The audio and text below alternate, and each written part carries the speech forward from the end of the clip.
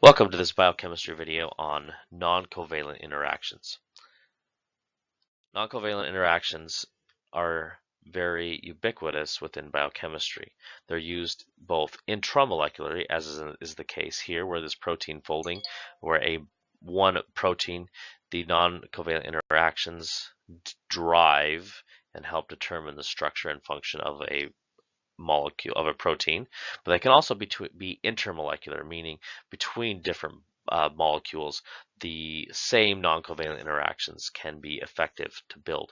Some important points: numerous non-covalent interactions commonly build up the strength of the interaction, but they also provide flexibility and for that molecule, because commonly these interactions are used to drive some kind of function, for example, membranes or binding event, things like that. So the important points are we have intramolecular inside a molecule and intermolecular effects that are associated with these non-covalent interactions.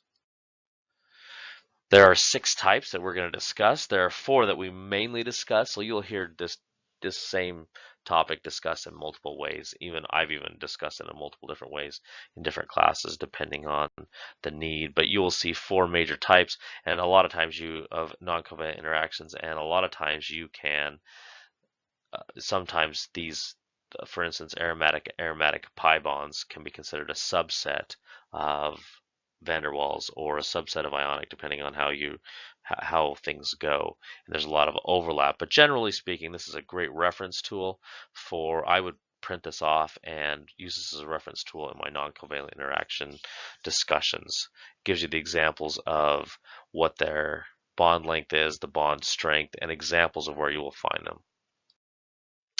It's important to know what the energy levels of these bonds are. Non-covalents kind of range between 1 to maybe up to 6 or 7 kilocalories per mole. There are a few other exceptions to that, but generally that's the range. You'll also see that they're well below carbon-carbon bonds, or in the amount of energy that it takes or that is generated through glucose oxidation. So that kind of gives you an idea of where the energy content of a non-covalent bond in water kind of lies. Again, the important point about non-covalent interaction is that we get one weak bond, but there's numerous weak bonds that kind of are built together. They have like 1/20th to 1/100th the strength of a covalent bond, but multiple interactions will cause that interaction, whether it's intra or intermolecularly, to have a tight and have strength. It also provides flexibility, and it gives its structure, these biomolecules structure, and subsequently its function. So the first type of interaction we're going to talk about is electrostatic interaction. Well, it'll also be referred to as an ionic bond or a salt bridge. And basically, the general idea is that you have a positive and a negatively charged atom, not polar, they're actually charged. So you have a cation and an anion, and there's an attraction between these based on that net positive and negative charge, and that's very dependent upon the distance. There's a limited number of molecules that can form electrostatic interactions because of the nature of the positive and negative. There's not many molecules that are purely positively and negatively charged. We can also have an intermediate that will exist between 2 negatives or 2 positives. So commonly you'll see this is a very common type of scenario where we have magnesium with a 2+ charge that is in between 2 negatively charged oxygen side functional groups. So that electrostatic interaction is also a very common scenario. The next type of bond is a hydrogen bond. Hydrogen bond is very prevalent throughout biochemistry. I list 3 biopolymers. Carbohydrates are kept together by hydrogen bonds. The DNA, double strands of DNA, are kept together by hydrogen bonds, and protein-protein interactions are also put together very commonly.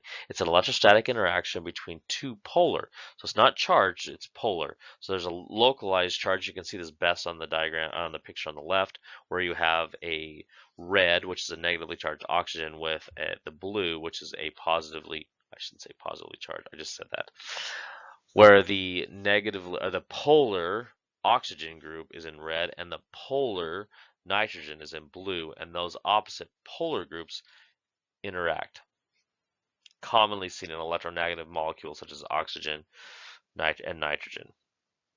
It's stronger than van der Waals interactions because of the polar nature of that bond. With hydrogen bonds, you have to have an acceptor and a donor, and the acceptor is usually the non-hydrogen. So the donor atom is commonly the one that has the hydrogen, and the acceptor is the one that does not have the hydrogen.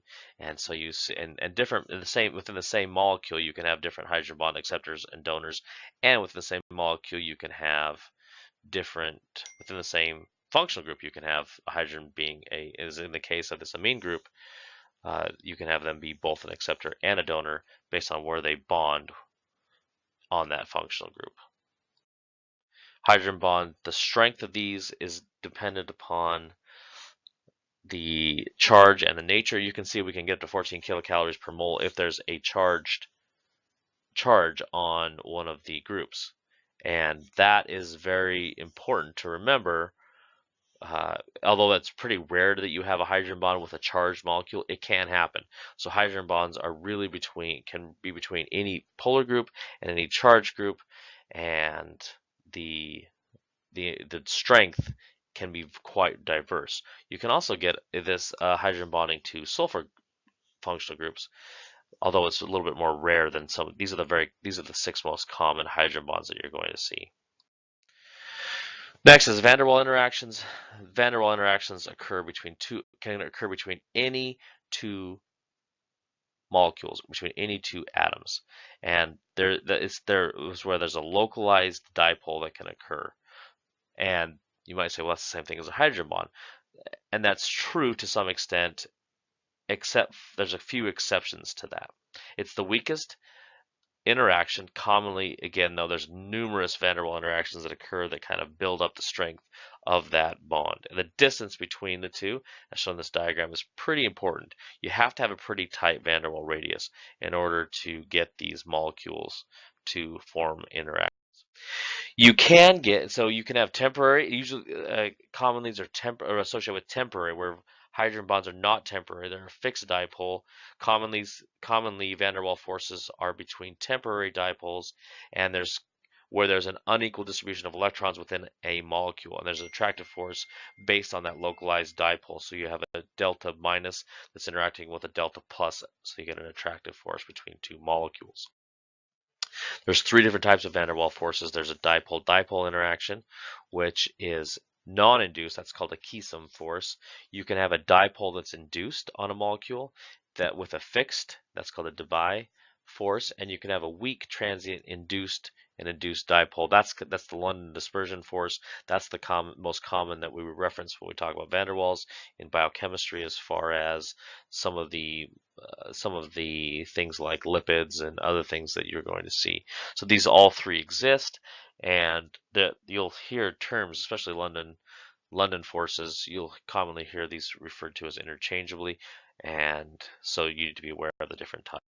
Again, the distance between the two molecules is the very, very important part. In other molecules is important, but van der Waals forces is particularly important because the distance will determine whether you have an attractive force or a repulsive force.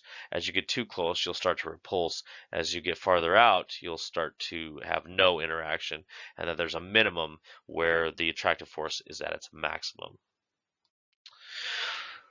The next one we're going to talk about is the hydrophobic effect, and you'll see this with non-polar molecules. What ends up happening, and this is the classic example, if you have hydrophobic functional groups, they will fold in a way that the hydrophobic regions are on the inside of the biomolecule and not exposed to water as a solvent.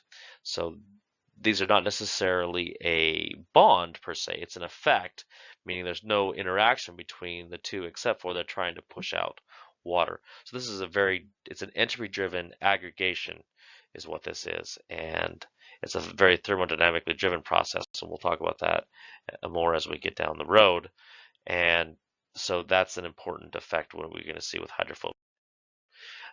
very commonly seen when we have things like membranes, where you have the hydrophobic effect, because the polar head groups stick out into the water or the solvent, the non-polar tails, which are very hydrophobic, stick in the middle, and so you can see this both in numerous places, not just with protein, but you can see it in lipids and other molecules where again the hydrophobic region tries to get away from the solvents and the polar head group interacts with it. So it's a very thermodynamically, this one's enthalpic effect and entropic effects based on the ability and the charge.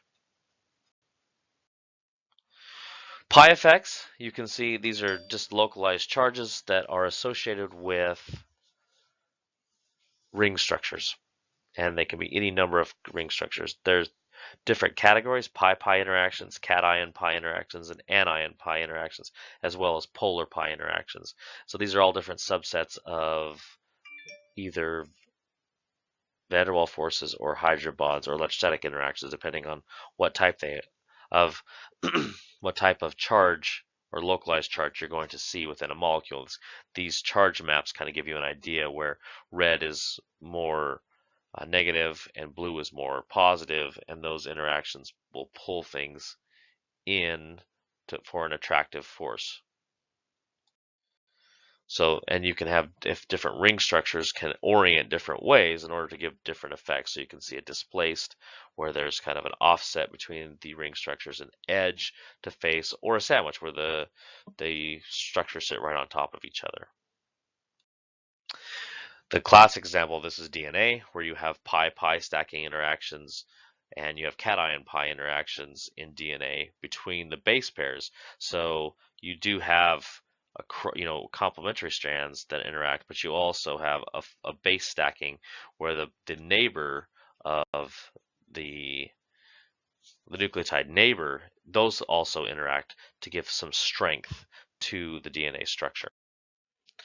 Another example of this is acetylcholine. As an acetylcholine receptor, pi effects also occur when a tryptophan interacts with acetylcholine based on the ring structure.